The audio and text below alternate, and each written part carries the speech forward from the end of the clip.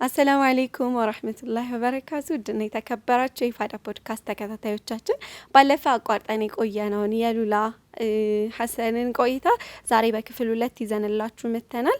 አብራችሁን ቆዩ። እስከ መጨረሻው ድረስ ቪዲዮውን ተከታተሉት። ላይክ፣ ሼር፣ ሰብስክራይብ ማድረግ በጭራሽ እንዳይረሳ። መልካም ጊዜ።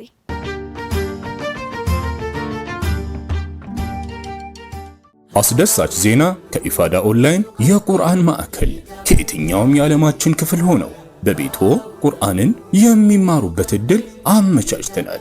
ለጀማሪዎች ቃዒደቱን ኑራንያ ቁርአን በነዘር ከተጅዊድ ጋር እንዲሁም ቁርአን በሒፍዝ ኢና ለጃዒሉነ ማ ዐለይሃ ሰዒደን ጁሩዛ ዓይንም ማስተካከል ነው ማለት ነው። በተጨማሪ መሰረታዊ እስላማዊ ዕውቀቶች የንጽጽር ዘርፍ ኮርሶችን ከልዩ ልዩ አጫጭር ስልጠናዎችና ከሰርተፊኬት ጋር የመጀመሪያ ዙር ምዝገባ ሳያመልጦ ፈጥነው ይመዝገቡ። ባሉበት ሆነው የቁርአን ቤተሰብ ይሁኑ። ስልክ 0908 81 9999 ወይም በ0908 82 9999 በቴሌግራም አካውንት @ኢፋዳ ቁርአን ሴንተር ላይ ያናግሩ።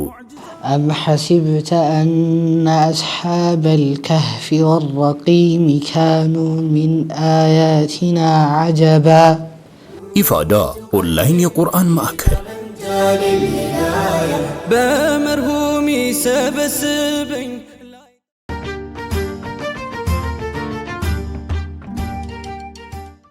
መርሐባ። እንደው ከምትወጃቸው የቁርአን ምዕራፎች አንዱን አጋሪን እስኪ፣ ወይም የቁርአን አያዎች ልክ ስታነባቸው በጣም ተስፋ የሚሰጡሽ በጣም የምትወጃቸው ሚነኩሽ።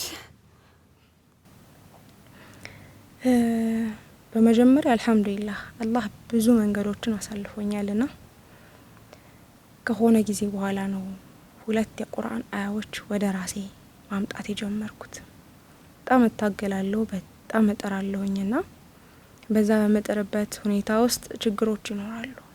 ልክ እነዛ ችግሮች እያሉ ግን አላህ እኔን መቼም ማሳጠቶኝ ስለማያውቅ መቼም ተስፋ እንዳል ማለት እንዴት ነው የሆነ ተስፋ መቁረጥ ላይ ምናምን ስደርስ እንዳልቆርጥ የሚያደርገኝ እሱ ነውና ያኔ ትዝ የምትለኝ የቁርአን አያለች ፈኢነ መዐል ዑስሪ ዩስራ።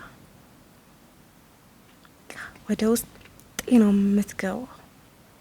ከዛ ደግሞ የሆኑ ነገሮችን አስባለሁ፣ እጥራለሁ፣ ያንን ነገር ለማድረግ በጣም ፈልጋለሁ ምናምን፣ ያ ነገር አይሳካም። ከዛ ግን ያ የፈለኩት ነገር በሌላ በተሻለ ምንዳ ተቀይሮ ወደኔ ይመጣል። ያኔ ደግሞ የቁርአን አያዋ ትዝ ትለኛለች። ወአሳ አን ተክረሁ ሸይአን ወሁወ ኸይሩን ለኩም ወአሳ አን ቱሂቡ ሸይአን ወሁወ ሸሩን ለኩም ወላሁ ያዕለሙ አንቱም ላ ተዕለሙ። ያኔ ይሄ አያ ወደኔ ይመጣል። በቃ ሉላ አላህ ይሄንን ላንቺ አላለውም፣ ፈልገሹ ነበር፣ ግን ደግሞ ለኸይር ነው። አላህ በኸይር ነገር ይመልስልሻል። በጣም እርግጠኛ ሆኜ ነው የምጠብቀው። ከዛ ግን እውነትም ተቀይሮ ነው የሚመጣው ትልቅ ሆኖ። ለዛ በእያንዳንዱ በተራመድኩባቸው ሁኔታዎች ውስጥ እነዚህ 2 የቁርአን አያዎች በጣም ልቤ ውስጥ ያሉ አያዎች ናቸው። መቼም አላወጣቸው። ሱብሃንአላህ። እንደው ያላህ ቃሎች እያንዳንዱ የህይወት ገጠመኞቻችን ላይ እያንዳንዱ የህይወት ውጣ ውረዶቻችን ላይ የራሳቸውን አስተዋጽኦ ብዙ ሰዎች አጋጥሟቸዋል ብዬ አስባለሁ። ማለት በህይወታችን ላይ ብዙዎቻችን ይሄ ደግሞ ተስፋም ብቻ አይደለም የሆነ ጥንካሬም ነው። ምንድነው እውነትም ከችግር በኋላ በሰው ላይ ሳይሆን በሰው በራሱ ላይ በእርግጠኝነት አይቶታል ብዬ የማስበው እንትን ነውና ይገርመኛል። እንዴት ቁርአን ሁሉንም ነገር ምንድነው ሁሉንም ነገር ይዞ ቁጭ ያለ መጽሐፍ መሆኑ ራሱ አጂብ ያስብላል። በጣም ብዙ እንትኖች አሉ፣ አያዎች አሉ። ይሄንን አያ ማለት ነው እንዴት እንደምረዳው ልንገር።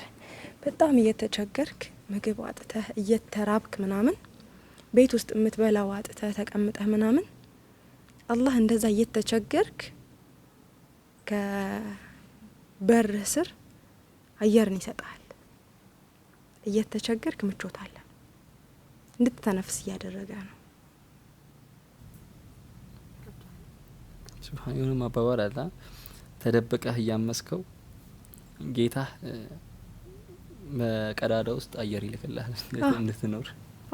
እንዲህ ነው በቃ አላህ እኔ የምረዳው እንደዛ ነው።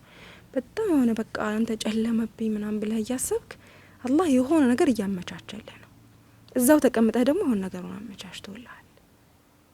ከዛ በቃ ከውስጥ አይወጣም። ሁሉም ውስጥ ብዙ አሉ የቁርአን አያዎች ወደ ህይወታችን እኛ ማምጣት ስላልቻልን ነው።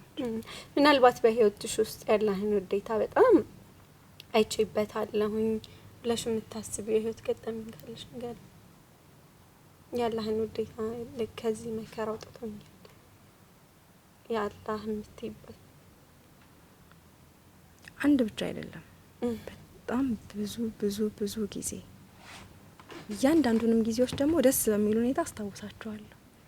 ሁሌ ሳስታውሳቸው ፈገግ እላለሁ። አላህዬ ለካ ይሄን አድርገህልኛል እላለሁኝ ወላሂ። ባጭሩ አሁን ላይ እዚህ የደረሰችው ሉላ ሰዎች ጋር በጥሩ ሁኔታ የምትታወቀዋ የምትስቀዋ የምትጫወቷ ሉላ ሳትኖር በፊት ብዙ ያሳለፈቻቸው መንገዶች አሉ። አንድም የዛሬዋ ሉላ ስትበቃ አላህ እኔን የዛሬዋ ሉላ ማምጣት ሲፈልግ ነው መጽሐፍ እንዳነብ ያደረገኝ። በህይወት የማረሳው ነገር እሱ ነው። የኡስታዝ ያሲን ኑሩ የህይወት ግብህን ቅረጽ የሚል መጽሐፍ፣ እሱ መጽሐፍ 5 ጊዜ ምናምን ደጋግሜ አንብቤዋለሁኝና ከአንድም 2-3 ጊዜ ሳላነበው ለኔ ምንም ነበር መጽሐፉ። የሆነ ታይም ላይ ስራ ወጥቼ እየሰራው ምናምን ትንሽ ብቻ መኖር በጣም ይከብዳል። ሴቶች እንደምታስቡት አይደለም። በቋሚነት እንዲያስቡትም ስለማልፈልግ ግን በቃ አጋጣሚዎች አስወጡኝ። ያ ማለት ምንድነው? ሉላ ራሷን ማብቃት ስላለባት ትልቅ ሴት ማድረግ ስላለባት ብቻ። ከዛ ግን እሱ መጽሐፍ ላይ አንብባችሁት ከሆነ አላቅም፣ የህይወት ግብህ ምንድነው? ወዴት እየሄድክ ነው ምናምን የሚሉ ጥያቄዎች አሉ። እነሱን ጥያቄዎች አየኋቸው ምናምንና ከዛ በጣም ይፈተን ጥያቄ አለ። ኢብሮ ከ10 አመት በኋላ ኢብራሂምን የት ቦታ ማየት ትፈልጋለህ? በጣም ፈተና የሆነ ጥያቄ ነው። ከ10 አመት በኋላ ራስን መሳል ወደፊት ማለት ነው። ከባድ ነው ይሄ። እኔ ዝም ብዬ ይቅርብኝ አይታሰብም። እና ያኔ ነው በጣም ያለቀስኩት። እንዲያ ሉላ ራስሽን ይሄን ያክል አጥተሻታል፣ አታቂያትም እንዲ አጥቼው ነው እንዴ ነው አሁን ይከበል መለስ ማለት ኖ አይ እኔ ያሰብኩት እንደዛ ነው። ምክንያቱም ምን እየሆንኩ ነው ወዴት እየሄድኩ ነው ምናምን አላቅም። እነዛን ጥያቄዎች መመለስ አልቻልኩም። ኦኬ ከያዝነው መንገድ አንጻር ምን ላይ ትደርሳለህ በዚህ መንገድ?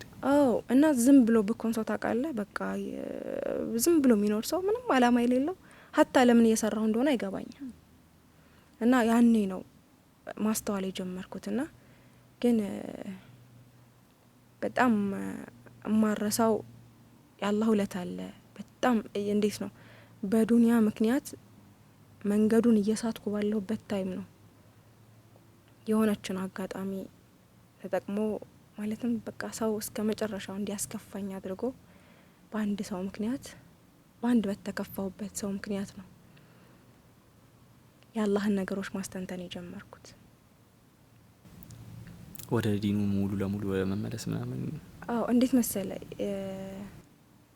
ሰላት ላይ እንዴት ነው ይሄ ያን ያክል በሰዓቱ አለመስገድ፣ ቆይ ሰግዳለሁ ምናምን ያሉ መዘናጋት፣ ዝም ብሎ ለዱንያ ብቻ መሮጥ፣ ገንዘብ ለማግኘት በመሯሯጥ ብቻ ነበር ስራዬ። ድካም አለ ምናምን በቃ ገብቼ ተኛለሁ ምናምን በቃ እንዴት ነው አሁን አብዛኞቻችን ቁርአን መቅራት ሀታ ትዝ የሚለን ረመዳን ላይ ነው።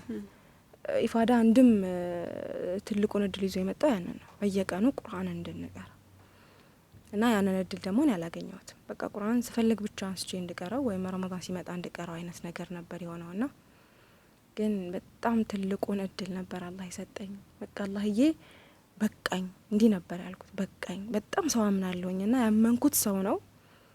በጣም ልቤን የሰበረው አላህዬ በቃኝ ብዬ ባልኩበት ቅጽበት ነው ሁሉ ነገሬን እስካሁን እስካለሁባት ሰዓት ድረስ ሁሉ ነገር ያበቃል፣ ሁሉን ነገሬን ያስተካከለ። እንኳን ተሰበርኩት ያለሽ ማለት ነው።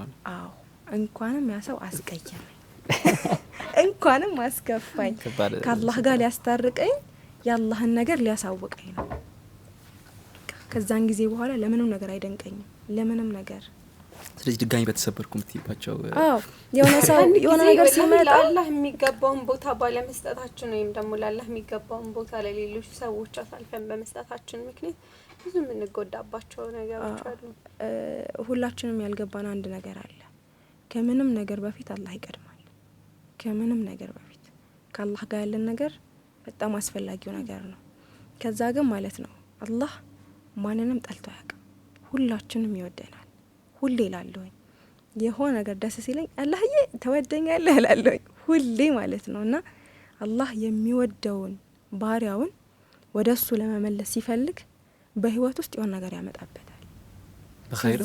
በኸይርም በመጥፎ ነገር ከዛ እንደውም አብዛኞቻችን በኸይር አይደለም በመጥፎ ነገር ነው የምናስተነትነው። የሆነ መጥፎ ነገር ሲመጣብን በጣም የሆነ መጥፎ ነገር መጥቶ የሆነ ጥሩ ነገር ስናገኝ ወይ አላህዬ አደረክልኝ ያኔ ማስተንተን እንጀምራለን። እንደውም በኸይር ነገር እንዴት ነው የሰው ልጅ ሲከፋው ነው አላህ ትዝ የሚለው አላህዬ ምናምን ዱዓ ማድረግ ምን ጀምረው ልክ ያገኘን ቀን አላህ ትዝ አይለን ሐታ አልহামዱሊላህ አንል። እንትኖች እኮ ሊያመሰግኑ መጥፎ ነገር ሲደርስባቸው በሀያታቸው እንደውም መስራት አለብኝ ራሴ ላይ ብለው እንትን አይሉ ግን ጥሩ ነገር ኸይር ነገር ሲያገኙ ይሄ ህይወትሽ በቃ አሪፍ ሲሆንልሽ ምናምን ቀን በቀን ወደ አላህ መመለስ አልহামዱሊላህ ለዚህ ላደረግኝ። ግን እኛ ተቃራኒ ሆነን መጥፎ ነገር ሲያጋጥመን ነው ያ አላህ ለምን ይሄን ነገር አንሳልኝ ምናምን ልንል ምን መጣ ኸይር ነገር ስናገኝማ በቃ ጭራሽ እንረሳዋለን እሱም እንደሰጠን እንረሳዋለንና መሆን እንደውም ያለበት ጥሩ ነገሮችን በህይወታችን የሆነ ነገር ያመሰገነ አይደለ አላህን አላህን በደንብ በማመስገን መቻል መልመድ አለብን። ኸይር ነገር ህይወታችን ላይ ሲመጣ ጥሩ ነገር ስናገኝ ቀጥታ ወደ መስጂድ ሁሌ ሲከፋን ብቻ ሳይሆን እጃችንን የምንዘረጋው ሲደላን እንደውም ይሄን ነገር መለማመድ መቻል አለብን። አልহামዱሊላህ ስናመሰግንም አይደል የሚጨመርልን አላህዬ ከሞት አፋፍ ጫፍ ላይ በልጅነት አትርፎኛልና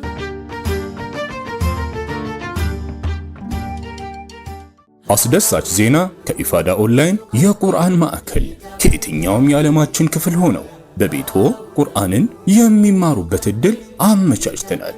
ለጀማሪዎች ቃዒደቱን ኑራንያ ቁርአን በነዘር ከተጅዊድ ጋር እንዲሁም ቁርአን በሒፍዝ ኢና ለጃዒሉነ ማ ዐለይሃ ሰዒደን ጁሩዛ ዓይንም ማስተካከል ነው ማለት ነው። በተጨማሪ መሰረታዊ እስላማዊ ዕውቀቶች የንጽጽር ዘርፍ ኮርሶችን ከልዩ ልዩ አጫጭር ስልጠናዎችና ከሰርተፊኬት ጋር የመጀመሪያ ዙር ምዝገባ ሳያመልጦ ፈጥነው ይመዝገቡ። ባሉበት ሆነው የቁርአን ቤተሰብ ይሁኑ።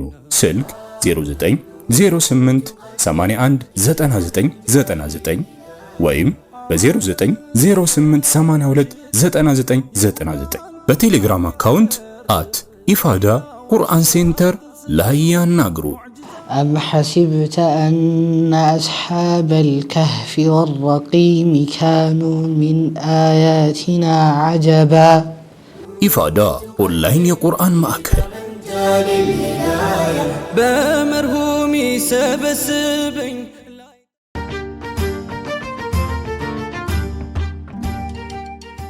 መርሃባ።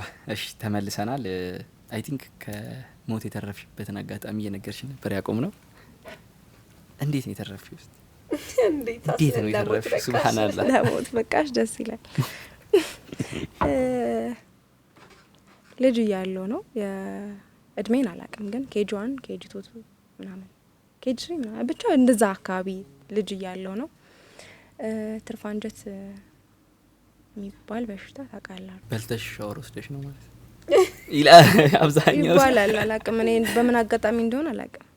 እናቴ ምን ብላ አስፈራርታኛላችሁ መሰላችሁ? ከእንትን ከኦፕሬሽን በኋላ ዶክተሩ እንዳለ ታውቂያለሽ አለችኝ። ምናምን ስላት ሆዷ ውስጥ የተገኘው የማስቲካ ብዛት እየዋጥሽ ነው ይዋጥ መስሎሽ? ማስፈራሪያ እኮ ነው የእናቴ ማስፈራሪያ ነው እንጂ እኔ አላውቅም። ያዋጥኩባቸው ውጭም ሊሆን ይችላል እኮ አይታወቅም። ይዋጥ መስሎሽ ብዛቱ ምናምን እና ተከልክያለሁ የሆነ ሰዓት ማስቲካ እና ምንድነው አጋጣሚው ተማሪ ያለሁኝ ከሰፈር ልጆች ጋር ቁጭ ብለን እንጫወታለን እና ቁጭ ብለን የዛን ቀን በጣም ታመምኩኝ አይነት ነገር ብርድ ምናምን ማለት ነገርና ውጭ ላይ ቁጭ ብያለሁ በልቻለሁና ሆዴን ስነካው ጠጥሯል አይነት ነገር አይንቀሳቀስም ምናምን ውጋት ምናምን አለውና በጣም ታመምኩኝ። ከዛ ቤት ውስጥ 2 ቀን 3 ቀን ያው የሆድ ቁርጠት ምናምን ሲኖር እናቶች የራሳቸው ሜተድ ይጠቀማሉና በእንደዚህ አይነት መልኩ እናቴ ታስታምመኝ ነበር ቤት ውስጥ። 3ኛው ቀን ላይ ግን ሆዴ በጣም ተልቆ ሲነካ ይጮሃል አይነት ነገር ያ ማለት በቃ ልክ ወንበር ስትመታ እንደሚሰማው ድምጽ አለ እንደ ከበሮ እንደዛ ይጮሃል። ሲነካ አይንቀሳቀስም በጣም ጠጥሯል ምናምን አይነት ነገር 3ኛው ቀን ላይ ነው የታወቀው። ወዲያውኑ አዝለውኝ አስታውሳለሁ እህት አለችኝ እሷን አዝላ ወደ ሆስፒታል ወሰደችኝና ወደ ሆስፒታል ወሰዱኝ። ሆስፒታል ሲገባ አጥርፍ አንጀት በሽታው እሱ ነው ግን ደግሞ እንትኑ ፈንድቷል አጥርፍ አንጀቱ እና ፈሳሹ ሆዷ ውስጥ አለ። ያ ማለት በቃ እንደዛ የሆነ ሰው አይተርፍም ነው።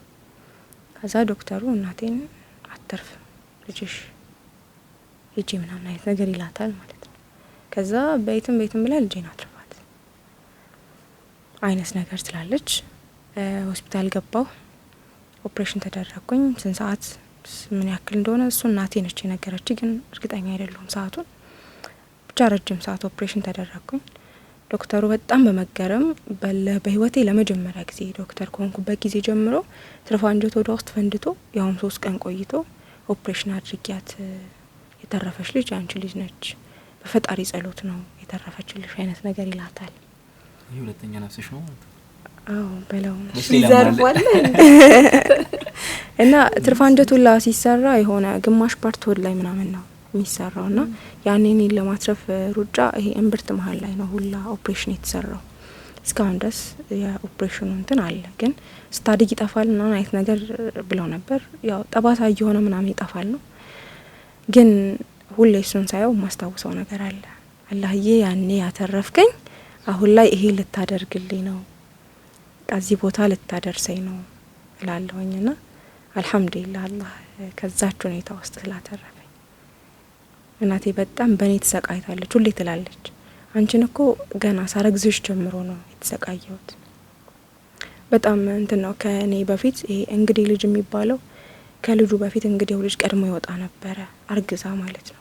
ያንን ለማድረግ እግሯን ወደ ላይ ከፍ አድርጋ ትተኛ ነበረ። በጣም ብዙ መከራዎች ነበሩባት።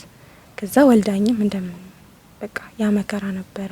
አድጌም መከራው አይለቃት የስለት ልጅውን ሸክቦ አይደል በለው በጣም ነው እናቴ የምትወደኝ። እኔ እንዴት ነው አንዳንዴ ይባላል ወልዳችሁ ቅመሱት ምናምን ለነሱ እርግማን ይመስላቸዋል ግን አይደለም ለኛ መረቃት ነው። ግን አንዳንዴ ስታስበው ደግሞ እውነትም እኛ አልተረዳነውም የነሱን የእናትነታቸውን የአባትነታቸውን ምናምን በተለይ የእናቶቻችን ለሴት ልጅ ታየበት ልጅ በጣም ይወደዳል። ለሴት ልጅ ደግሞ የሚታወቃት ስትወልድ ነው። ልክ ስታውቅ የእናቷን ምንነት ታውቃለች። ቤት ውስጥ ነው ሆስፒታል የተወለደው? እሱን አላቅም። ሆስፒታል ነው የተወለድኩት አላቅም እንዴ ሰኔ 28 ሰኞ ቀን ከምሽቱ 5 ሰዓት ደሴ ሆስፒታል ነው የተወለድኩት። ደሴ ያቺ ፎቋ ምንድነው ደሴ የምትሏ? እሱ የሼህ አላሙዲን ህንጻ ነው። ምንድነው? በቃ ኖርማል የእንትን ህንጻ ነው የግብይት ምናምን። ከላይ አዳራሽ አለበት፣ ከታች የንግድ ሱቆች አሉበት። ያው ዳሽን ባንክ ምናምን እዛው የራሱ እንትኖች አሉበት። ብቻ የንግድ ቦታ ነው። ምናልባት ግን እዚሁ የህይወት ፓዝሽ ውስጥ ያሳለፍሽው አንድ ጠጠር ያለ ታሪክ አለ? ፍቃድሽ ከሆነ ብታጋሪን ደስ ይለኛል።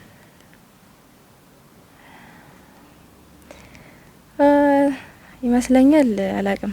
አንዳንዴ ታሪኮች ሲነገሩን ሰምተናቸው ዝም ባንል ደስ ይለኛል። ያም ማለት ኢብሮ ያሳለፈውን ታሪክ ሲያወራ ለኔ ትምህርት ነው። እኔ ያሳለፍኩትን ታሪክ ሳወራ ደግሞ ለኢብሮ ትምህርት ነው የሚሆነው። በህይወቴ በጣም ትልቁ ፈተና ነው። በጣም ትልቁ ያም ማለት ምንድነው? ለሴት ልጅ ማግባት በጣም ትልቁ ደስታዋ ነው። አግብቶ መፍታት ደግሞ በጣም ትልቁ ስብራቷ ነው። እና ምናልባት አላቅም ለብዙ ሴቶች ትምህርት ከሆናቸው 15 አመት ያም ማለት ከ14 ወደ 15 ያለው እድሜ ላይ 15 አመት ልጅ ሆኜ ነው የተዳርኩት። ቤተሰቤም እኔም ማናቀው በቤተሰብ አይደለም የተዳርኩት። አላቅም ይሄን ሳወራ ቤተሰቦቼ ካዩት ምን እንደሚሰማቸው ግን ያኔ 15 አመት ልጅ የማታስበውን አስተሳሰብ ነበር እኔ ጋር የነበረው። ፈጣን ነበር በልጅነትሽ? አዎ ያው ከትላልቅ ሰዎች ጋር እንዴት ነው ውስን ናቸው። 2 ጓደኞች ናቸው ሰፈር ውስጥ ያሉኝና ልጅ ከብዙ ልጅ መሀል አላደኩም። ከትላልቅ ሰው ጋር ነው ያደኩትና ከትላልቅ ሰው ጋር ስታድግ ደግሞ የትልቅ ሰው ባህሪ ነው ይዘህ የምትመጣው። እዛ ነው የሚያለኝ እንደዛ ነው። እድሜ ትንሽ ነው ስታይ ግን እንደ ትልቅ ሰው ነው የምታየው። ውስጥ የሆነች አሮጊታለች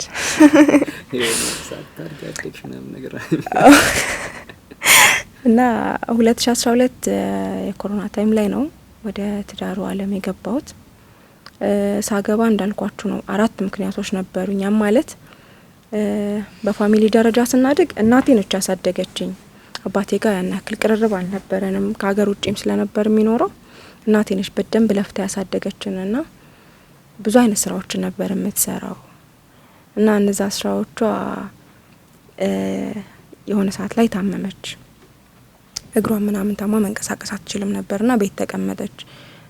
ቤት ደግሞ ያው ሰው ምናምን ይመጣ ነበር ይሰበሰብ ነበረ። ኮሮና መጣ፣ ሰው መሰብሰብ አይቻልም ተባለ። ስለዚህ ቤት ውስጥ ያለ ነው እና እናቴ ነን።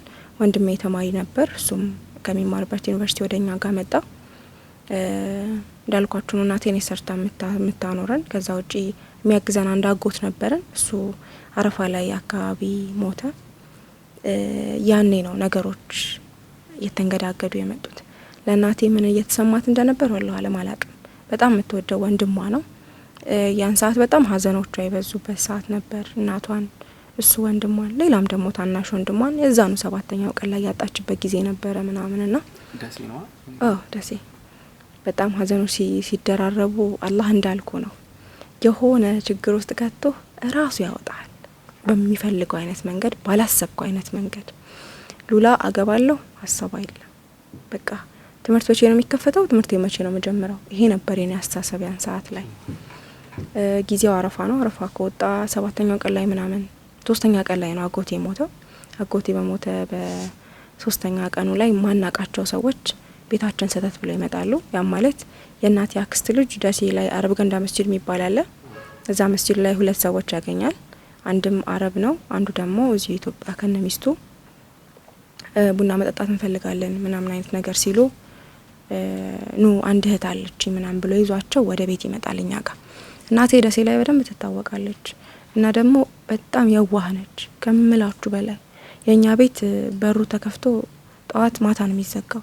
አንተ መንገድ ላይ አግኝታት ርቦኛል ካልካት መተህ ቤት በልተህ ተጫውተህ ከኛ ጋር ቡና ጠጥተህ ምናምን በቃ እንደ ቤተሰብ ነው የምትሄደው። ስልክን ትቀበልሃለች። በቃ እሱ ወንድማችሁ ነው ምናምን። ሀታ የሚመጡትን ጓደኞቿ ምናምን ሲመጡ በስም አይደለም የምትነግረን፣ እሱ አጎታችሁ ነው፣ እሱ አክስታችሁ ነው እየተባለን ያደግ ነውና ያ ማህበረሰብ እንግዲህ ኮሮና ላይ ሲሆን ተበተነ አይነት ነገር። ከዛ ልክ እንደዛ ሁሉ ነው እህት አለች ምናምን ብሎ ይዟቸው ቤት የመጣው። ቤት መጡ። ያን ሰዓት ሀዘን ላይ ነበርም ምናምን ምግብ መብላት እንፈልጋለን ምናምን አይነት ነገር ሲሉ አስቤዛው ነው የለኝም፣ አስቤዛ ገዝታችሁ ነው ሴቶች አሉ ቤት ውስጥ ይሰራሉ አይነት ነገር አለቻቸው። ሄደው የሚያስፈልጋቸውን ሩዝ ምናምን ገዝተው መጡ። ቤት ውስጥ ታላቅ እህት አለችኝ፣ የ3 ልጆች እናት ነች አሁን ላይ። ሌላም እህት አለችኝ። እነሱ ምናምን እኔም ትንሽ ሰዓት ተኝቼ ነበር። ስነሳ ነው እነሱ መምጣታቸውን ያወኩት። ቤት ውስጥ ያው ራት ተሰራላቸው ምናምን አይነት ነገር በሉ። ሆቴል ሊያዝላቸው ወንድሜ ሲላክ ሆቴል ሲገባ ፊት ለፊት መጠጦች ተደርድረዋልና እኔ መጠጥ ያለበት ቦታ አላድርም አይነት ነገር ይላል። ያው የሳውዲ ዜጋ ይታወቀ ነው። ሀታ አይደለም መጠጥ አይቶ ቆርኪውን ካየን የዚህ ቦታ አልቀመጥም ነው የሚለው። እዛ ቦታ ፈልጉልኝ ሲል እንደዛ አይነት ቦታ ደግሞ የለም ነበር። ስለዚህ ቤት ይደር አይነት ነገር ተባለ። ወንድሜ ክላስ ነበረችው፣ እሱ ተዘጋጅቶለት እዛ ጋር አረፈ። ከዛ በማግስቱ እናቴን ህልም አይቻለሁ አይነት ነገር ምናምን ብሎ ህልሙን ይነግራታል። ከዛ ሚስት ፈልጌ ነው የመጣሁት እዚህ እንግዲህ ከሀረር ድረስ ወሎ ሂድና እዛ ሚስት ፈልግ ተብሎ ነው የተላከው። ወልዬ ነው የነገረው። ያው በተለምዶ ያው እንደ ማህበረሰብ የከሌን ዘራግባ የከሌን ብታገባ ትጠቆማለህና እንደዛ ነው ወሎ ሂድ ምናምን ተብሎ የመጣው። እዛ መጣ። ሱብሃንአላህ። ያው አላህ ለሰበብ ነው። ከዛ መጡ። ያው እናቴን አወራት። ልጅሽ እንዳሪኝ አይነት ነገር ምናምን አላት። ወይ እሷ በነጋታ ወይ በሁለተኛ ቀኑ ነው እንደዛ ነው ያወሩት። ከዛ የትኛዋ ልጅ ምናምን አለችው። ትንሿ ምናምን ተባለ። አላደገችም ገና። ስለዚህ ቆይ ከቤተሰቦቿ ከወንድሞቿ ጋር ላወራ ምናምን አለች። አወሩ። ያው ሀሳባቸው እነሱ ምንድነው አንድ እንዴት ነው እዚህ በቃ አንድ ወንድ ወዳ ወይ የሆነ ሪሌሽንሺፕ የሚባለው ነገር ውስጥ ገብታ ማይሆን ነገር ውስጥ ከምትገባብን ከምናጣት ልጃችንን በሐላል መንገድ ታግባ ተሰተር ሴት ልጆችንም በጊዜ መዳር እንደ ኢስላም የተወደደም ነገር ስለሆነ ለዛ በቃ እንትን ከምትልብን እና ትዳር ምናምን አይነት ነገር አመጡ። እሱን ቁጭ አርገው ጠየቁት። እንዴት ነው የምታስተዳድራት ምናምን ተባለ። ልጅ ስለነበርኩኝ ብቻዋን አልወስዳትም ወደ አዲስ አበባ እናቷም አብራኝ ትሄድና አብረው ይኖሩ የሚል አይነት ሀሳብ አመጣ። ያኔ እኔም ፈቃድ የሆነ አስታውሳለሁ። ቆሜ ልብስ እያጠብኩኝ እህቴ ነች መታ መጀመሪያ ያናገረችኝና ስታናገረኝ ምን አለችኝ? ዲን ያለው ሰው መጥቶ ልጃችሁን ጠይቆ እናንተ አይሆንም ብላችሁ ከከለከላችሁት ወይም ዱንያዊ ነገርን ካስቀደማችሁ ለእናንተ ጥሩ እድል አይገጥማችሁም የሚል ሐዲስ ነገረችኝ። አነካካች ነው ባጭሩ። ከዛ እኔም በቃ ያን ሰዓት አራቱም ምክንያቶች ናቸው በዛ ሰዓት እዚህ ያሉኝ። አንደኛ እናቴ ከኔ ጋር እንድትኖር ፈልጋለሁኝ፣ ጥሩ ህይወት እንድታይ ፈልጋለሁ። እናቴ ነበረች ሰበባ። ሁለተኛ ነገር እኔ ራሴ ነኝ። የመጣው ሰው ዲን ያለው ሰው ነው። ሳውዲ ላይ ዳዋ ያደርጋል ምናምን አይነት ነገር አረብ ነው። አረብ ነው። ለዛ በቃ ሉላ ኢስላም ላይ ጠንካራ ሴት ትሆኛለሽ፣ በደንብ እንትን ትያለሽ፣ ጥሩ ሴት ትሆኛለሽ አይነት ነገር ብዬ አሰብኩኝ። ከዛ ወንድሜ ነበር ሐዋሳ ዩኒቨርሲቲ ተማሪ ነበረ። እኔ ጋር አዲስ አበባ ቢመጣ አዲስ አበባ ጥሩ የስራ እድል ያገኛል፣ ከኔ ጋር ይኖራል። አራተኛ ምክንያቴ እህቴ ነች። ተከራይታ ነው የምትኖረው። እኛ ትልቅ የቀበሌ ቤት ሆኖ ትልቅ ግቢ ነውና እኛ ከወጣን ኦልሬዲ መንግስት ይወስዳል አይነት ነገር ቤቱንና ለዛ እህቴ ብትመጣ ትኖርበታለች የሚለውን አራት ምክንያቶች እነሱን ይዤ እሻልኩኝ። ያው ቤት ውስጥ የጥሎሽ የሚባለው ነገር ወርቅ የሚባለው ነገር ምናምን ከፋሚሊ ጋር ሄደን ገዛን። ልብሶች ምናምን ተገዙ። ቀጥታ ነሐሴ ውስጥ ወደ አዲስ አበባ መጣን። እንደመጣሁ በሳምንቴ ኒካ አሰርኩ። እዚህ ታሰራው? አዎ ኒካ እዚህ አባቴ ባለበት ውስን ሰዎች ባሉበት ኮሮና ስለሆነ መሰብሰብ አይቻልም። ለዛ ኒካ ታሰረ፣ አገባው ማለት ነው። ስለ ትዳር ምን መሰለህ ያለኝ ኢንፎ አቃሎ ቤት ውስጥ እህቴ ያለች ለኔ አርአያ የምትሆን እህትና ስታገባ እነሱ ሲጋቡ ትልቅ ነገር ኖሯቸው ስራ ኖሮት ቤት መኪና ኖሮት ምናምን አይደለም። እጁ ላይ ያለችውን ስራ ይዞ ነው እሷን ያገባት። በጣም ትንሽዬ ቤት ውስጥ ምናምን ከዛች ቤት ውስጥ ተነስተው ነው አሁን ላይ 3 ልጅ ወልደው ምናምን ጥሩ ሀያት ነው የሚኖሩት። እና ለኔ ትዳርን ሳስብ መስፈርትን ሳመጣ አንድን ወንድ እንደው ኢስላም ላይ ያለው አቋም ኢማኑ ምናምን ልል እችላለሁ እንጂ ገንዘቡ ምኑ ምናምን ልል አልችልም። ምክንያቱም የመጣሁበት ማንነት ስለሆነ ማለት ነውና እንደዛም አይነት ነበር ህይወት የምፈልገው። መጣው ወደ ፉሪ አካባቢ ነበረ ሰፈራችን። እዛ 3 ወር ምናምን ከቆየን በኋላ ለሰፈር ቀየርን። እሱ ጋር 1 ወር ምናምን የሚሆኑ ጊዜያቶችን አብረን ተቀመጥን። ከዛ የሳውዲ መንግስት አዋጅ አወጣ። የኮሮና ታይም ሁሉም ሀገራት የሀገራቸውን ዜጎች እየሰበሰቡ ይወስዱ ነበርና በእንደዚህ አይነት ሰዓት ውስጥ ዜጎች ካልገባቸው መንገድ ዘጋለሁ የሚል አይነት ነገር ህግ ወጣ። ተነስቶ እሱም ሳውዲ ሄደ። በዛ አጋጣሚ 2 አመትን በስልክ ብቻ በመደዋወል ትዳሮችን ገፋን። ማለት ከናቴ ጋር ነው የምኖረው። ከዛ አጎት አለኝ። ብቻ ቤት ውስጥ ፋሚሊዎች ነበሩ። እሱ ሳውዲ ነው የሚኖረው። ለሱ እንግዲህ ቅድም ስናወራው ነበር ሁለተኛ ሚስት ና የሚለውን ነገርና ከኔ በፊት ሚስት አለችው። እኔ ሁለተኛ ነኝ። ከሷ ጋር ግን ተፋቷል። የ2 ልጆችም አባት ነው። ታውቂ ነበር? መጀመሪያ እናውቅ ነበረ፣ ተናግሮ ነበረ።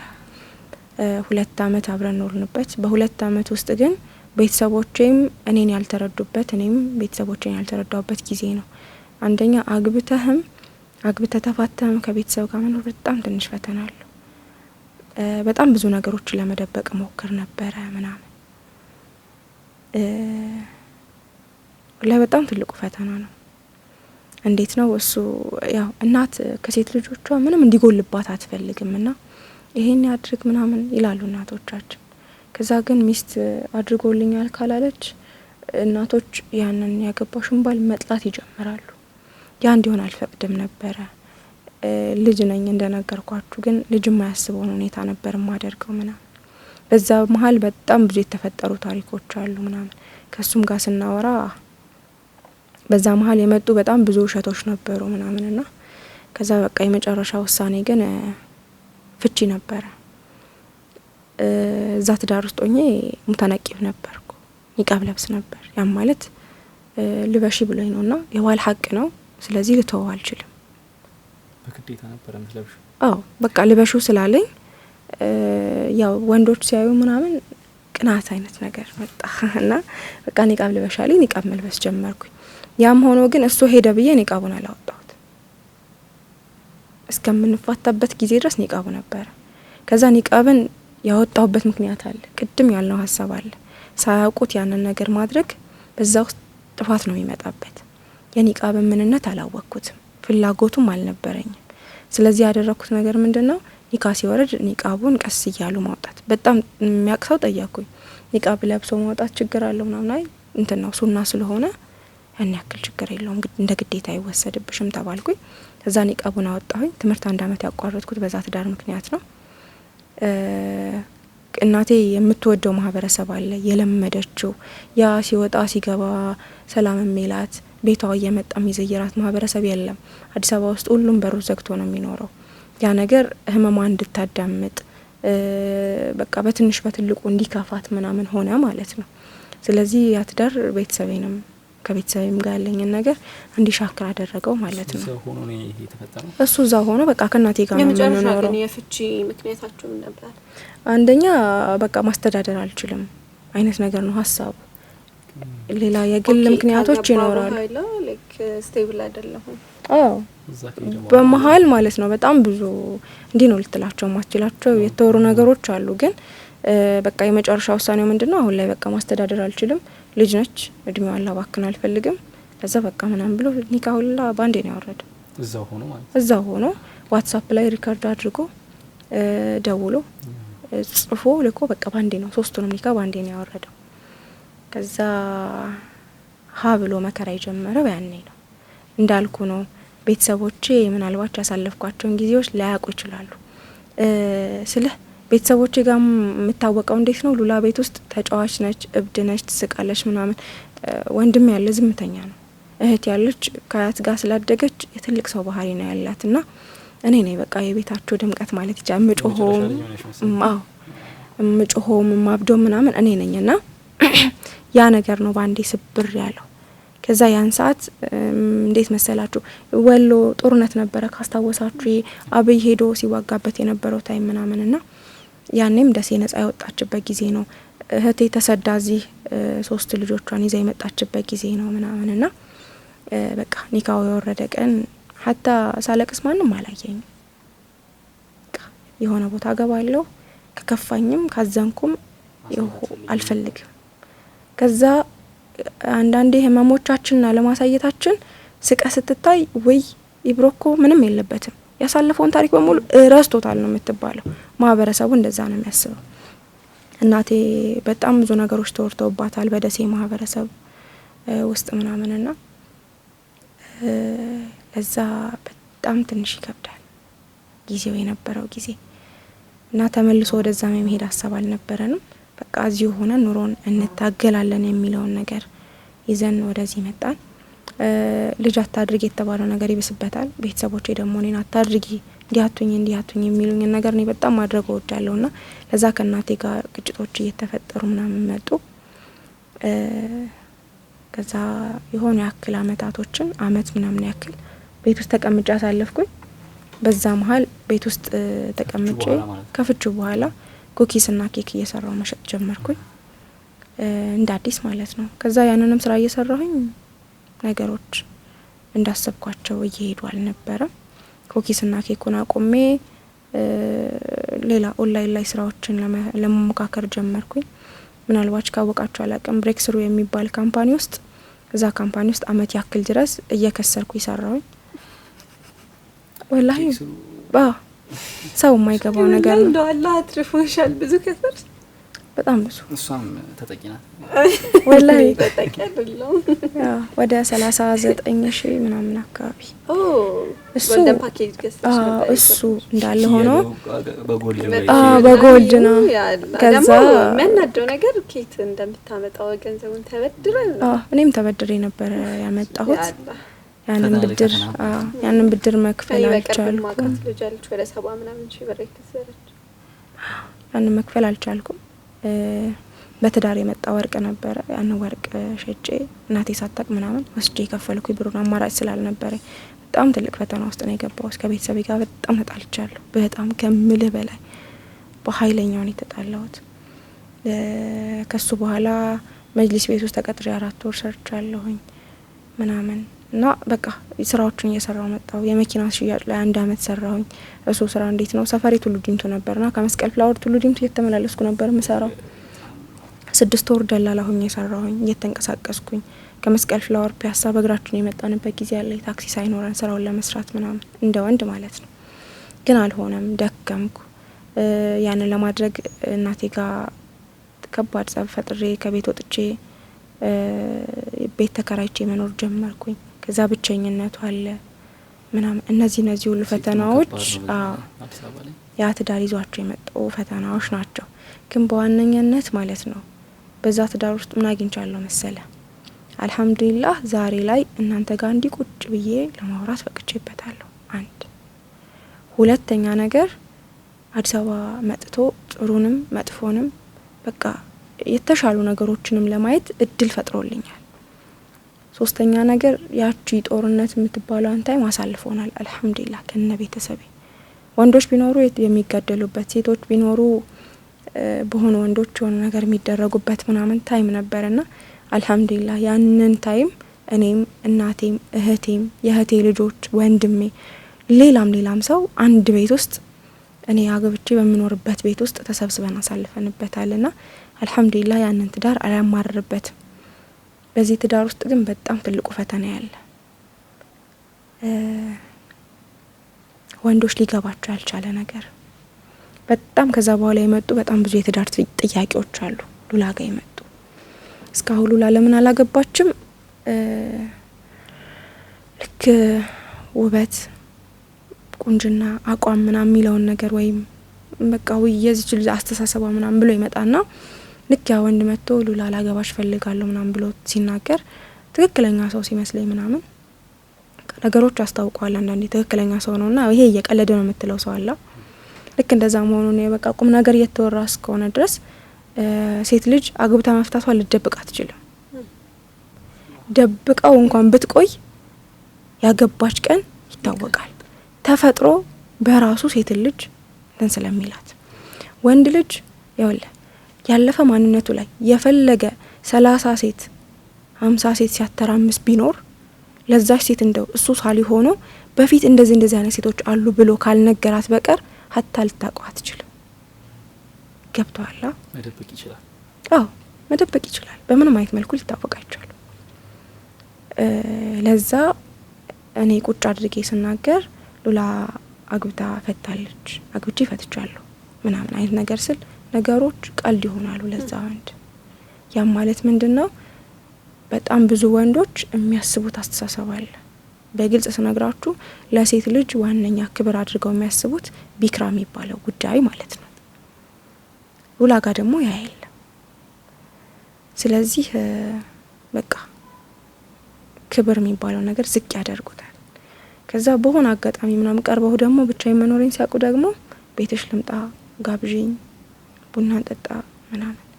ከዛ ትዳር የሚለውን ፖይንት ይተውና አዳር በሚለው ቃል ይቀይሩታል ማለት ነው። በጣም ብዙ ወንዶች ጋር የተበላሸ አመለካከት ነው የምነግር። በጣም ብዙ ሴቶች አግብተው ፈተው እድሜያቸው ሙሉ ሲያገቡ የሚኖሩበት ዋነኛ ምክንያት ይሄ ነው። በቃ ያቺ ሴት ክብር ያላት ሴት አይመስላቸውም። እና መደበቅ አልችልም። ለብዙ ሰዎች አወራለሁ። የሆነ አብሶ ሴቶች ከኔ ህይወት የሚማሩት ነገር ካለ ምናምን ብዬ በዛ መሀል በጣም ብዙ የመጡ ነገሮች አሉ። አንዳንዴ እንዴት መሰለ ማታውቀውን ሰው ስታገባ ማታቀም ሰው አግብታ ስትፈታ ምናምን አላህ የማላቀውን ሰው ስላገባሁ ነው እንዴ እስኪ በቃ የሆነ ሰው ይምጣና ደግሞ ትንሽ አውቄው ሞክረዋለሁ ትላለህ። ከዛ ልክ ሪሌሽንሺፕ የሚባለው ነገር ስትጀምረው ደግሞ ሪሌሽንሺፑ በራሱ ጥፋት ይሆንብሃል፣ የማይሆን ነገር ይሆናል። ስለዚህ ያለው አማራጭ ምንድነው? ከአላህ ጋር ያወሩ መቆየት። አላህዬ በቃ አንተ የተሻለውን ነገር ምረጥልኝ፣ አንተ የተሻለውን ሰው ወደኔ አምጣልኝ። እስካሁን ድረስ ፍላጎቱ አለ። ከዛ ግን አሁን ላይ ሰለቸኝ፣ ሀታ ማንም መጥቶ እንዲያወራኝ ፈቃድ አይደለም። ግን ሉሊ ምናልባት ላቋርጥሽና ማለት ነው ልጅ ነሽ ማለት ገና ብዙ የምታያቸው ነገሮች ይኖራሉ። አሁን ካለፍሽበት ከኖርሹ ትንሽዬ እድሜ ላይ በጣም ብዙ እንትኖችን ብዙ ችግሮችን ብዙ ፈተናዎችን አይተሽ ነው የመጣሽው። ለቀጣይ ህይወትሽ ብዙ የምታስተካክያቸው ከዛ ውጪ ደግሞ ይሄ ከባድ የሚባሉ ችግሮች ለራሱ ቢመጡ እንዴት አድርገሽ መጋፈጥ እንዳለብሽ የምትማሪባቸውን ከባድ ችግሮችን ተምረሽ መተሻል። ኦሬዲ አልፈሽባቸዋል ማለት ነው። ሶ አሁን ላይ ይገባኛል ማህበረሰብ ውስጥ ያለው አግብታ ለፈታች ሴት ያለው አመለካከት ኢቭን ራስሽ ለራሱ ሊሰሙሽ የሚችሉ መንፈሳዊ ችግሮች ምናምን ነገር ይኖራሉ። ግን እዛ እንትን ላይ አይደለም፣ እዛ እድሜ ደረጃ ላይ አይደለም ያለሽው። በጣም ብዙ ምሳሪያቸው ስራዎች አሉ። ይሄ ወጣትነት የሚለው እድሜ እየጀመረ ያለበት ታይም ላይ ነው ያለሽው። በጣም ብዙ ማድረግ፣ በጣም ብዙ ማሳካት፣ በጣም ብዙ ለማህበረሰብ ችግር ፈቶ ማለፍ የሚችሉ ስራዎችን ሰርተሽ የምታልፊበት እድሜ ገና እየመጣ ነው። ገባሽ? እነዚህ ኢሞሽናል የሆኑ እንትኖችን ችግሮችን ምናምን ማስተናገድ እነሱን ማዳመጥ ያለብሽ ታይም ላይ ነሽ ብዬ አላስብም። አላህ በጊዜ ሁሉንም ነገር አሳይቶሽ በተግባር እንድትፈተኝ አድርጎ ቀጣይ ህይወትሽን አሳምረሽ የምትይጅበት ያው ደግሞ ከኛ ፕላን በላይ ደግሞ የአላህ ፕላን በላጭ አይደለም። የሱን ፕላን ደግሞ በመጠበቂበት ታይም ላይም ጭምር ነው ያለሽው ብዬ አምናለሁኝ።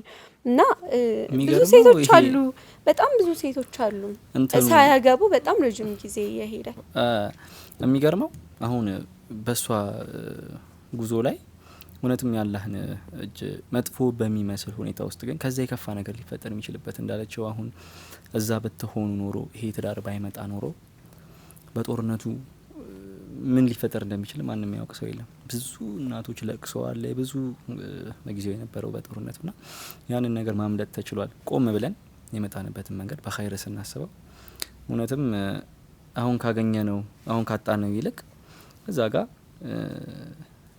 ያለ ምንድነው እዛ ጋር ያለፍነው ነገር ይበልጣል የሚለውን ነገር አይቻለው። እና ጥንካሬም ደግሞ ሊሆን ይችላል የሰው አረዳዳ እና እንዲያስተሳሰብ ከሰው ጋር ደግሞ ኖርማል ከሚያስብ ሰው ጋር ለመገጣጠም ይሆናል እንጂ ጠንካራ በዚህ እድሜሽ ወጥቶ መስራት ማለት ከቤተሰብ ወጥቶ መሄድ ማለት በጣም ጥንካሬና እንደውም ሰው አሁን ኑሮ እንዲህ ባስቸገረው ሰዓት ላይ አንዲት ሴት ካገባሁ በኋላ እኔማ ምትል ምንድነው ካገባሁ በኋላ ግን ሰቀዬ መብላት ነው መኖር ነው ምትልበት ቅድም ካነሳው ሲንግል ማም ምናምን የሚለው አስተሳሰብ ለራሱ ማለት ነው በጣም መስተካከል አለበት።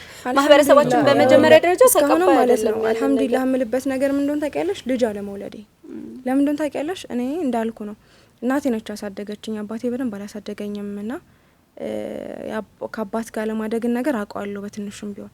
ለዛ እንዴት ነው ልጄን ካላባቱ ማሳድገው? ገብቷላ? ምን እያልኩ ነው እየነገርኩ ማሳድገውስ? ገብቷላ? እንዴት ነው እናት በራሷ ለልጅ የምትሰጠው ነገር አለ። እንዴት ነው ባህሪውን በቃ ይሄ ተርቢያ የሚባለው ነገር የምትገራበት መንገድ አለ። አባት ለልጁ ጥንካሬ ነው የሚያሳየው። ገብቷላ? አንተ ውጭ ላይ ወጥተህ ምን አይነት ወንድ መሆን እንዳለብህ፣ ከዛ ሲመጣ ምን አይነት ባል መሆን እንዳለብህ፣ ምን አይነት አባት መሆን እንዳለብህ ምናምን እሱም በደንብ ነው የሚያሳይ። እኔ ያንን ነገር ላሳየው አልችልም፣ ምክንያቱም እኔ ወንድ አይደለሁማ። እኔ የሴትነቴ ነው ላሳየ የምችለው። ገብቷላ?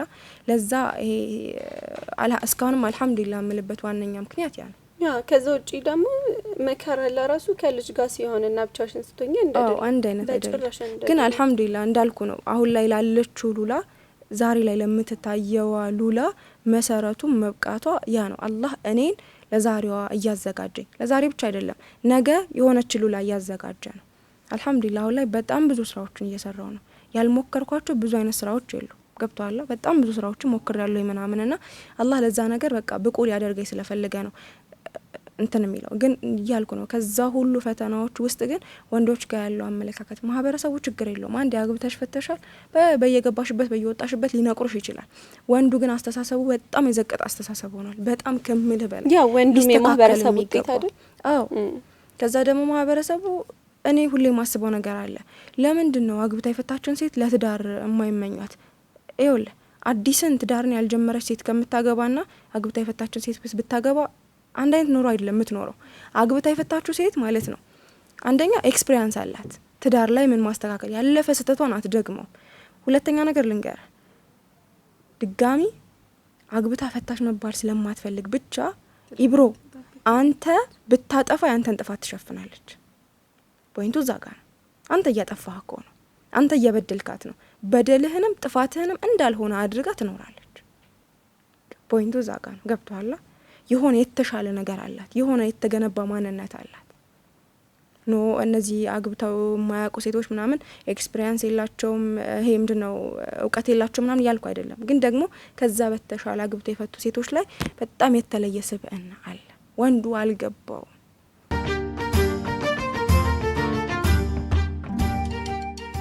አስደሳች ዜና ከኢፋዳ ኦንላይን የቁርአን ማዕከል ከየትኛውም የዓለማችን ክፍል ሆነው በቤቶ ቁርአንን የሚማሩበት እድል አመቻችተናል። ለጀማሪዎች ቃዒደቱን ኑራንያ ቁርአን በነዘር ከተጅዊድ ጋር እንዲሁም ቁርአን በሒፍዝ ኢና ለጃዒሉነ ማ ዐለይሃ ሰዒደን ጁሩዛ ዓይንም ማስተካከል ነው ማለት ነው። በተጨማሪ መሰረታዊ እስላማዊ ዕውቀቶች የንጽጽር ዘርፍ ኮርሶችን ከልዩ ልዩ አጫጭር ስልጠናዎችና ከሰርተፊኬት ጋር የመጀመሪያ ዙር ምዝገባ ሳያመልጦ ፈጥነው ይመዝገቡ። ባሉበት ሆነው የቁርአን ቤተሰብ ይሁኑ። ስልክ 0908 81 9999 ወይም በ0908 82 9999 በቴሌግራም አካውንት @ኢፋዳ ቁርአን ሴንተር ላይ ያናግሩ። أم حسبت أن أصحاب الكهف والرقيم كانوا من آياتنا عجبا ኢፋዳ ኦንላይን የቁርአን ማዕከል በመርሁም ይሰበስበኝ።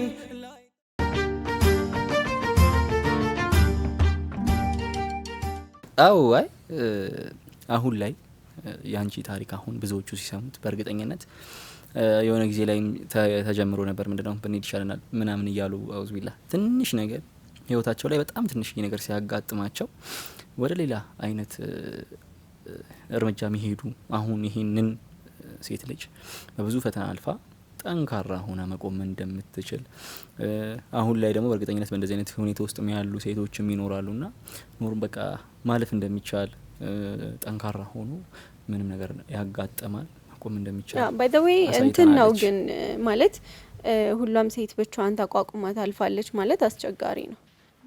ሁላችንም የሁላችንም ጫማ ውስጥ ሆነን ችግሩን ማየትና የአቅማችንን እንትን ማለት ምንድነው የአቅማችንን ልክ ማየት ይጠበቅብናል። ሰው ላይ ለመፍረድ መጥፎ ነገሮችን እያበረታታሁኝ አይደለም፣ ግን ማህበረሰባችን ያንን የሚያግዝ አይደለም። ይሄ በጣም ጠንክረሽ በርትተሽ እንድትቆሚ ወይ ደግሞ ለቀጣይ እንድታይ ምናምን መበረታታ አይደለም።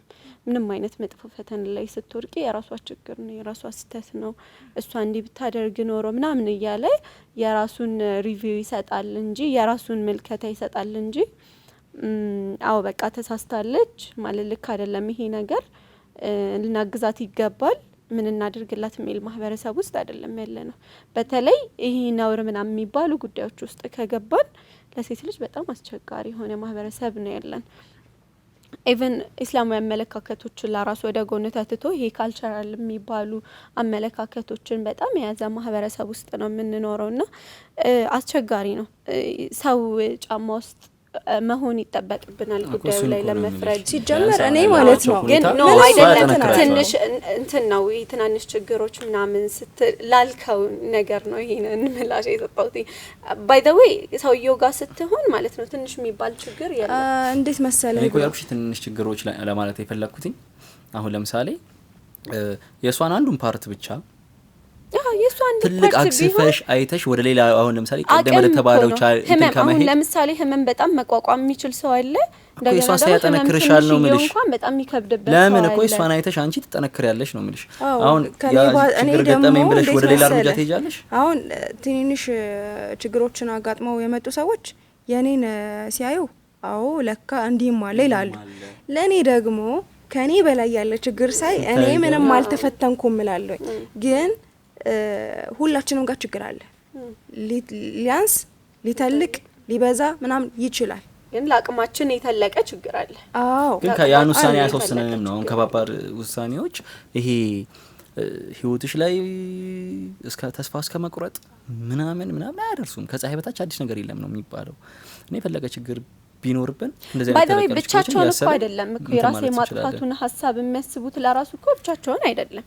በራሱ የትኛውንም ሰው ከመሬት ተነስቶ ራሴን አጠፋለሁ የሚል የለም ግን እንዳልኩሽ ነው በቃ ማህበረሰቡ ይሳለብን ነገር አለ ራሳችን የሆነ አሁን ለምሳሌ አንዲት ሴት ማይሆን አይነት ተግባር ፈጽማ ከዛ ያጎድ ሊጋለጥባት ነው በነገራችን ላይ ራሂ ምን መሰለሽ ማህበረሰባችን ጋር ያለውን ችግር ልንገርሽ እንዴት መሰለ ይሄ ወይ እየመታ ያሯሯጣ ምናምን አይደለም የማህበረሰባችን ዋነኛ ትልቁ ችግር ምንድነው ከአይምሮ የማይወጣ ንግግር መናገር ነው የሰው ልጅ ደግሞ ማለት ነው ከምትሰድበው የማይሆን ቃል ምናምን ከምትናገረው ቁጭ አድርገህ በትደበድበው ይቀለዋል ገብቷላ የማህበረሰባችን ዋነኛ ችግር እሱ ነው ከአይምሮ የማይወጣ ቃል ሲነገርሽ ያ ሰው እንዴት ነው ተስፋ የማይቆርጠው ለምንስ ነው ራስን ወደ ማጥፋት እንትን የማይሄደው ግን ደግሞ ልክ አይደለም ነው በቃ ከዛ ውጪ ሌላ የተሻሉ ነገሮች አሏቸው ነው እያልኩ ነው ቅድምም ብያለሁኝ እዛው ችግር ውስጥ ሆነ አላህ የሆነ ነገር እየፈጠረልህ ነው እያሳየ ነው ምቾቱን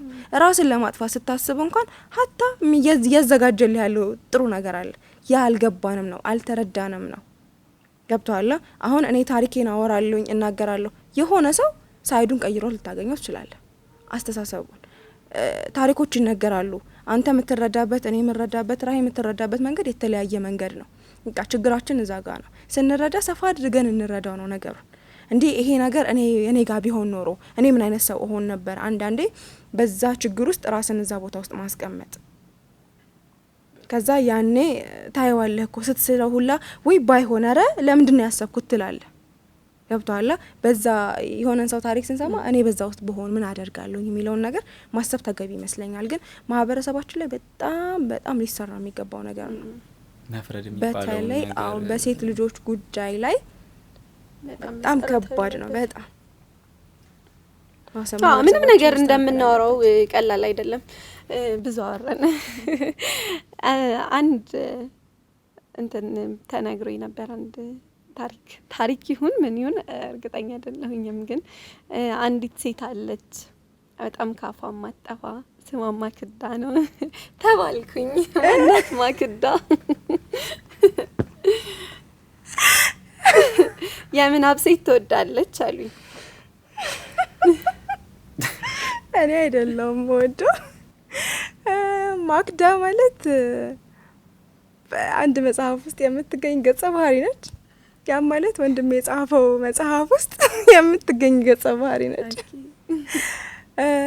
እንዴት ነው በፍቅር ተስፋን ሁሉ ነገር ያዘች ገጸ ባህሪ ምን መጽሐፍ ወጥቷል መጽሐፍ የሎሚ ጭማቂ ትዝታ የሚል መጽሐፍ ነው የወንድሜ መጽሐፍ ነው እዛ መጽሐፍ ውስጥ ያለች ገጸ ባህሪ ነችና ያው የሆነ ቀን ምሽት ላይ ነው በሩን አንኳኩታ የተከፈተ በሩ ጋር ሄዳ ሲጽፍ ታገኘውና እስኪ የኔን ታሪክ ጻፍልኝ እኔ በነገርኩ መንገድ እንጂ ታሪኩን ወደ ሌላ አንተ ሳትወስድ ጻፍልኝ ትለዋለችና እሱ ደግሞ እሱ በገባው ልክ አድርጎ ይጽፍላታል ያ ማለት ራሷን ያየችበት መንገድ አለ ራሷን የምትገልጽበት መንገድ አለ እሱ ግን ራሷን በጥሩ ነገር እንድታይ አድርጎ ቀይሮ ነው የጻፈላት እና ታሪኳን ካየችው በኋላ የራሷን ታሪክ ቁጭ ብላ ነበበችው የራሷን ታሪክ ወደደችው አይነት ነገርና ማክዳ በወንድሜ ምናብ ውስጥ የተሳለች ሴት ነች ኦኬ ከዛ ግን ወደኔ በንባብ በኩል ነው የመጣችው ከኔ ጋር ትንሽ የሚያመሳስሏት ነገሮች አሉ ማለት ቀደም ካወራ ነው ታሪክ ተያዘ ነው አዎ በጣም ብዙ ህመሞች አሉባትና እንዴት ነው በቃ እኔ ሁሌ እንዴት ነው መከፋት ማዘኗ ምናምን ሲበዛ በሆኑ ሰዎች ምክንያት ያው ታሪኳን ለዛ ደራሲ ለጸሐፊው ስትነግረው ነው የሷን ታሪክ ለራሷ ያወደደችው እና እኔም እንደዛ ነው ያንኩት ለመጀመሪያ ለራሴ በቃ ሉላ መከራዎች እየበዙብሽ ነው ምናምን ከዛ ግን ታሪኬን ለሆኑ ሰዎች አካፍያቸው እነዛ ሰዎች በሆነ መንገድ ሉሊ ጠንካራ ነሽ ምናምን የሚሉ አይነት ነገሮች እኔ ጋር ሲደርሱ ለካ የራስ ታሪክ ለራስ ያኮራል የሚለውን ነገር እንዳያደርገው ከደሴዋ ተነስተሽ እዚህ ድረስ መድረስ አዲስ አበባ እንዲህ እስከ መቃኘት ስለሽ ሀሳብሽ ውስጥ ያልነበረች ሴት በሆነች ምክንያት ብዙ ነገሮችን አልፎ ጠንካራ ሆነሽ በነጻነት እዚህ ጋር ታሪክሽን ለመናገር መብቃት ራሱ ትልቅ ነገር ነው። ስንቶች መማሪያ ይሆናልና ማለት ነው። እናመሰግናለን ስላካፈልሽ እንደዚህ ታሪክ። 2 ቁጥር ደግሞ ፈንሽ ናት ተብሏል። ምንድነው ከ2 ቁጥር ጋር ያለችው ቁርኝት? 2 ቁጥር ትወደኛለች። ያው የቅርብ ሰዎች ናቸው 2 ቁጥር ፈንሽ ናት የሚሉኝ። እሱ ምንድነው አብዛኛው ጊዜ ትዳር ሲመጣ ሁለተኛ ነው የሚመጣልኝ። ቅድም ደግሞ ብያቸዋለሁ ሁለተኛ መሆንን የማልመርጥበት የራሴ ምክንያት አለኝና አንድ የሚያጋጠመኝ ክስተት ስላለ ከሱ ተነስቼ ነው አልፈልግም ምለውና በተረጋጋሚ ሲመጣ ሁለተኛ ነው። የሆነ ሰዓት ዘዊጁና ታስታውሱ ከሆነ አላቅምና እሱ ቀን ላይ ይሄ አግብቶ የፈቱ ሴቶች ላይ በቃ እንዳልኳችሁ ነው። እኔ ጋርም የራሴ ስሜት አለ፣ ሌሎች ሴቶችም ጋር የነበረ ስሜት ስለነበረ ኡስታዝ ነው ቱርኪ ባለበት የሆነ ንግግር ተናገርኩ ይገብቼና ሰው በጣም 1000 ምናምን ፎሎወር አለ 1000 ምናምን ፎሎወር ወንዶች ናቸው እና ኢንቦክስ ላይ ዊል ዩ ሜሪ ሚ ታገቢኛለሽ ምናምን ቁጥር ይላካለ ሁለተኛ ግን በጣም ብዙ ኮሜንቱ እኔ ሁለተኛ ሚስቴ ላድርግሽ የሚል ነው። ችግር የለም ስላልሽ ማለት ነው ዛሬ ሁለተኛ ቢያገቡ ወንዶች ሁለተኛ ቢያገቡ አይደለም ያልኩት። ለምንድነው አግብተው የፈቱ ሴቶች ለወንዶች የመጀመሪያ ሴታቸው ማጥቶ ነው ለምንድነው ሁለተኛና ሶስተኛ ሊያደርጓት የሚሯሯጡት? ይሄንን ነው ያልኩት። ከዛ መተው ለምን እኔ ሁለተኛ ላድርግሽ ምናምን ወላሂ እንዳለ የሚመጡት ጥያቄዎች በሙሉ 2 ናቸውና 2 ቁጥር ፈን የሆነ አረፈች። ምን ፈን አይመቸኝም ነው እንጂ የሚመችሽ ቁጥር ያው ሳገባም እንደነገርኩ ነው ሁለተኛ ስለነበርኩኝ በቃ እዛ 2 ቁጥር ፈን ይልኩ እሱ ማንኛ ነሽ ኮሪዲያ ተፋጥ መጀመሪያ ተፋጣ ቢሆንም ነኝ ለሱ አዲስ አይደለም። መርሐባ እስኪ ስለ ረሱል ሰለላሁ ዐለይሂ ወሰለም ተወጁ የራስሽ ግጥም ካለ ወይም ደግሞ የሰውም ቢሆን በጣም ስሜቴን ነክቶታል ግጥም ካለ ተገጥሞ ስለሳቸው ያለቃለ ፖድካስት ላይ ያስገጠመን የመጀመሪያ ሰዎች አይጠፋም እንዴ ስለሳቸው ብዙ ተብሏልና እስቲ እሺ አንድ ግጥም አለችኝ ብዙ ግጥሞች አሉኝ ማለት ረጅም ነው ግን ደግሞ የትም ቦታ እንዴት ነው ቢገጠም ምናምን ብዬ ማስበው ግጥም አለ የንትና የሙኒር ሁሴን ግጥም በጣም ነው የምወደው ግን የልጅነት ውስጣችን በጣም ረጅም ግጥም ነው ግን አሁን ላይ የራሴን ግጥም ልግጠምላችሁ የሙኒርን እኔ ልላችኋለሁ በልልን በጣም ወላሂ የሙኒር ላይ መቼም ፓርት መሰለሽ እንትን ሚስትን ንስተህ ውሰድ መርጠን ከዘራችን ገንዘብ እንካ ክበር ብለጥ ከሁላችን ስልጣን ካሻህ እዘዝብን በእኛ ግን አንድ አምላክ አትበል ሰላም ስጠልኝ ለኛ ወላሂ በቃ በጣም የሚመቸኝ ግጥም ንጹህ ያላህ ባሪያ ክቡር የጀነት ሰው አላህ በረህመቱ ሁሉን ያወረሰው ለራሱ እኮ አይደለም ለኔና ላንቺ ነው ለዓለም ነው ጭንቀቱ ከሳት እንዲርቅ ነው እንዲድን ኡመቴ ህዝቦቼ ማለቱ ሱብሃንአላህ ከዛ የሆነ ሰዓት ደግሞ የሚለው አለ እሷም ትለዋለች የሴቷን የገለጸበት እሱ በጣም ይመቻለች አብልጣ ከራሷ እሷም ትለዋለች አብልጣ ከራሷ ውዴታዋን ስገልጽ በማረው ምላሷ ግዴለኝም እኔ ለወንድም ላጎቴ ጋሻው ደሙ ይፍሰስ የልጅ የሚያባቴ ብቻ ሳዩኝ አይኑን ልቤ እንዲረካበት አንዲ ሌውና ፍቅር ይላድስበት ይታል ያላህ ወዳጅ ሰዱኝ ካለበት በጣም አይረሳማ ልብ የሚነኩት ግጥሞቿ እኔ ረጅም ስለሆነ ግጥሙ በቃ እሱን ሳነበው ሌላ ታሪክ ውስጥ ነው መገባውና ለዛ አጣሪ ያለሽ ብትሆንም አንድ ራሴ ጻፍኳት ግጥም አለች የት ሊገኝ ይላል ምድር ላይ ቢፈለግ ከአድማስ እስከ አድማስ ሁሉም ቦታ ቢታይ ከባህር እስከ የብስ ከቶ የት ሊመጣ አንቱን የመሰለ ፍቅሮት ጥግ ድረስ ልብን ያዋለለ ታማኝ የአላህ ባሪያ የኛ መልእክተኛ የእምነት የፍቅር የሰላም መገኛ ድምጾትን ሳንሰማ መልኮትን ሳናየው ፍቅሮት በልባችን ሰርጾብን አየነው በእያንዳንዱ ሙስሊም ልብ ውስጥ የተጻፉ ኢፍትሃዊነትን እንዲሁም ጭቆናን ያኔ ገፈፉ ለሰው ለእንስሳት ለአዋፍ ለእጽዋት እስከ ጥግ ያሳዩ ፍቅርና እዝነት የህይወት መንገድን ለኛ የገለጹ ኢስላማዊ እምነትን ልብ ውስጥ ያሰረጹ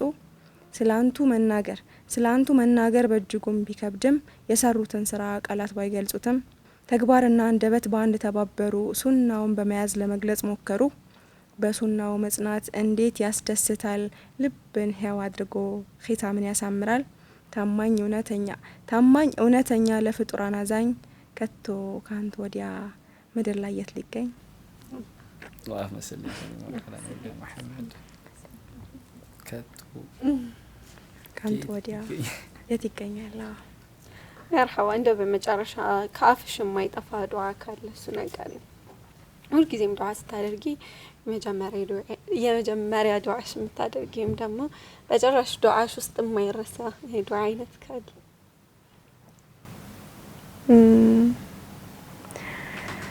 በጣም ያው ሁላችንም የምናውቃት ዱዓ አለች ያው ከዛ ሁሉ ግን ያው በዱዓ ውስጥ አላህዬ ሷል የሆነ ባል ስጠኝ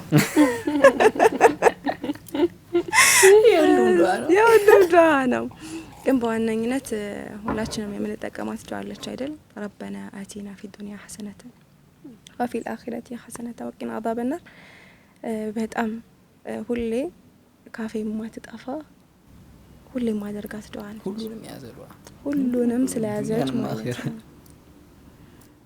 ሁሌ በቃ በየትኛውም አጋጣሚ ዱዓ ሳደርግ እሷን ነው የምጠቀመው ሌሎች የሆኑ ሀጃዎችንም ምናምን ቁጭ ብዬ እንዴት ነው በስነ ስርዓት ነው አላህ ከጎን ያለ ልክ እንደ ሰው እንደተቀመጠ እስከሚመስለኝ ድረስ ማወራው ከዛ ሁሉ ግን መደምደሚያዬም ማሳረጊያዬም እሷ ዱዓ ነች በጣም ነው ወዳት ይቀበልሽ አሚን እጅግ በጣም ይቀበል ሉላ እጅግ በጣም አድርገን እናመሰግናለን እንግዳችን ሆነሽ ይሄን የመሰለ ህይወት ተሞክሮ ስላካፈልሽን ለብዙዎች ጥንካሬና ብርታት እንደምትሆኝ ተስፋ አደርጋለሁ እናመሰግናለን እኔም አክብራችሁ ስለጠራችሁኝ ከእናንተ ጋር ቆንጆ ጊዜ እንዳሳልፍ ስለጋበዛችሁኝ ከልብ አድርጌ አመሰግናለሁ በድጋሚ ሹክራን ሉሊቴ ክብራትና ክብራን ተመልካቾቻችን እስካሁን እየተከታተላችሁ የቆያችሁት የኢፋዳ ፖድካስት መሰናዷችንን ነበረ በዛሬ ቆይታችን ከኢፋዳ ማህበረሰብ ሀድራት ትስስር አልፋሩቅ ሀድራ አባል ከሆነችው ሉላ ሐሰን ጋር ቆንጆ የሆነ ቆይታ አድርገናል ሀሳባችሁን ኮሜንት ላይ ያሳውቁን ስለነበረን ጊዜ ከልብ እናመሰግናለን ቪዲዮውን ላይክ ሼር ሰብስክራይብ ማድረግ ደግሞ በጭራሽ እንዳይረሳ በቀጣይ ከሌላ እንግዳ ጋር እስክንገናኝ ድረስ ወሰላሙ አለይኩም ወራህመቱላሂ ወበረካቱ አስደሳች ዜና ከኢፋዳ ኦንላይን የቁርአን ማዕከል ከየትኛውም የዓለማችን ክፍል ሆነው በቤቶ ቁርአንን የሚማሩበት እድል አመቻችተናል ለጀማሪዎች ቃዒደቱን ኑራንያ ቁርአን በነዘር ከተጅዊድ ጋር እንዲሁም قرآن بحفظ جود القرآن إنا لجاعلون ما عليها سعيدا جرزا عين ما استاكلوا معت በተጨማሪ መሰረታዊ እስላማዊ ዕውቀቶች የንጽጽር ዘርፍ ኮርሶችን ከልዩ ልዩ አጫጭር ስልጠናዎችና ከሰርቲፊኬት ጋር የመጀመሪያ ዙር ምዝገባ ሳያመልጦ ፈጥነው ይመዝገቡ ባሉበት ሆነው የቁርአን ቤተሰብ ይሁኑ ስልክ 0908 81 9999 ወይም በ0908 82 9999 በቴሌግራም አካውንት @ifada ቁርአን ሴንተር ላይ ያናግሩ أم حسبت أن أصحاب الكهف والرقيم كانوا من آياتنا عجبا ኢፋዳ ኦንላይን የቁርአን ማዕከል በመርሁም ይሰበስበኝ